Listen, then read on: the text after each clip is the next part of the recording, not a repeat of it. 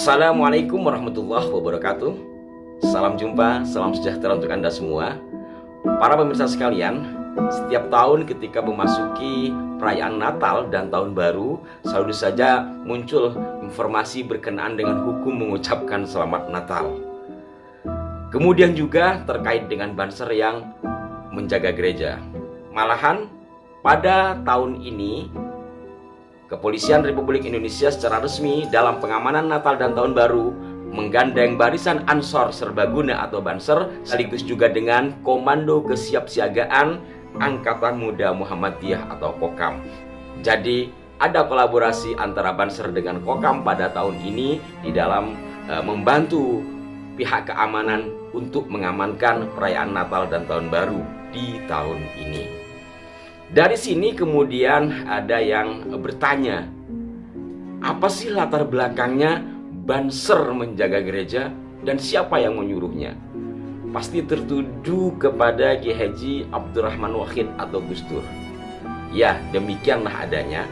Dan pada edisi kali ini saya mencoba menjelaskan hal itu kepada yang bertanya kepada saya, terutama juga kepada para pemirsa sekalian. Mudah-mudahan hal ini menjadi permenungan bagi kita.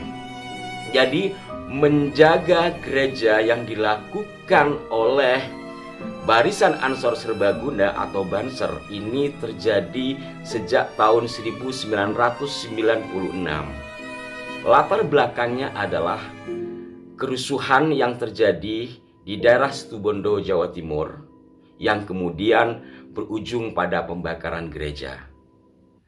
Dalam salah satu wawancara, Romo Beni Susatyo menyampaikan bahwa pada tahun-tahun itu beliau mengenal Gus Dur dalam aktivitas turun ke gereja-gereja untuk meredamkan masalah. Yang mana pada saat itu terjadi persoalan sehingga terjadi bentrok yang sekali lagi berujung kepada pembakaran gereja. Dari sinilah kemudian Gus Dur memerintahkan Banser untuk mengamankan gereja-gereja.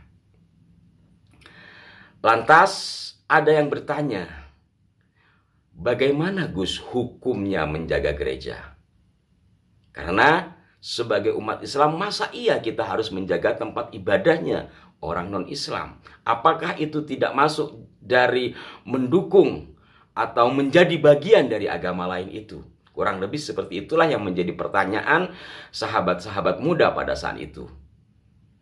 Gus Dur ternyata tidak menjawab secara hukumnya begini. Dengan diplomatis, kurang lebih Gus Dur menjawab, kamu niatkan untuk menjaga Indonesia bila kamu nggak mau menjaga gereja.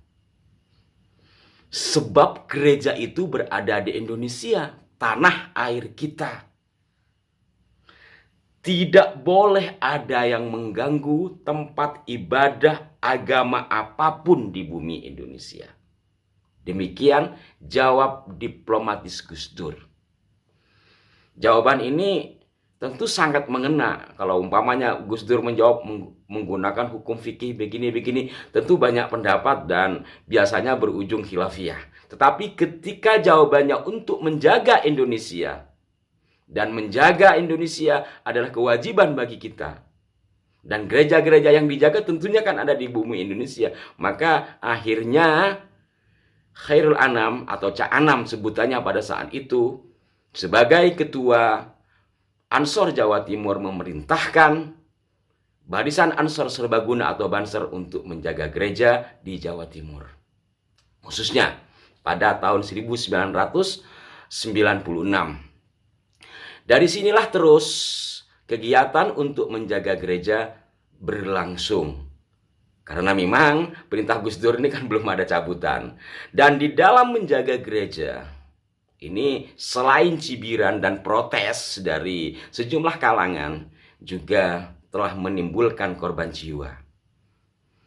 Pada tahun 2000, sahabat Trianto ketika menjaga gereja di Jawa Timur, ia mengamankan satu bingkisan atau bungkusan yang ternyata bungkusan itu adalah bom. Ketika beliau hendak membuang ke selokan, bungkusan itu meledak dan mengena pada dirinya sehingga sahabat Rianto terpental dan wafat di tempat itu juga. Jadi perjalanan menjaga gereja berawal dari Desember 1996 dengan latar belakang kerusuhan yang berada di Situbondo, Jawa Timur. Yang dari sini kemudian berlanjut penjagaan gereja dari tahun ke tahun. Beberapa analisis dalam sejumlah media massa pada saat itu juga pada hari ini ada yang masih mengulasnya, kenapa Gus Dur melakukan hal itu. Satu di antaranya dianalisa, walaupun tidak langsung Gus Dur mengatakan bahwa pada 1996 itu Gus Dur adalah sebagai Ketua Umum PBNU dan terjadi kerusuhan di wilayah yang merupakan basis NU. Secara tidak langsung ini adalah tanggung jawab moral Gus Dur sebagai Ketua Umum PBNU yang menugaskan Banser untuk mengamankan gereja di malam Natal. Jadi ada analisa ke sana walaupun secara langsung Gus Dur tidak menyampaikan sendiri, dan dapat diterima analisa ini karena memang satu, NU sebagai organisasi keislaman yang berfaham Ahlus Sunnah wal Jamaah tentu mestinya bersikap tawassut, moderat, dan umat Islam yang menjadi mayoritas di negeri ini mestinya mengayomi dan melindungi yang minoritas. Demikianlah tindakan Gus Dur yang sampai hari ini masih dijalankan oleh sahabat-sahabat Barisan Ansor Serbaguna. Mudah-mudahan hal ini bisa menjadi endapan pemikiran kita kenapa Banser menjaga gereja, dan tidak ada lagi bulian-bulian gereja dijaga, pengajian dibubarin, itu hal lain. Bahwa ada persoalan yang menjadi latar belakang, kemudian Gus Dur menugaskan Banser, dan dari sini menjadi perekat antar umat beragama, menjadi manifestasi dari rasa kebinekaan kita sebagai bangsa Indonesia.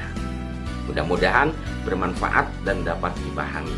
Dan kepada saudara-saudara kita yang merayakan hari Natal, selamat merayakan hari Natal, mudah-mudahan senantiasa dalam kebaikan.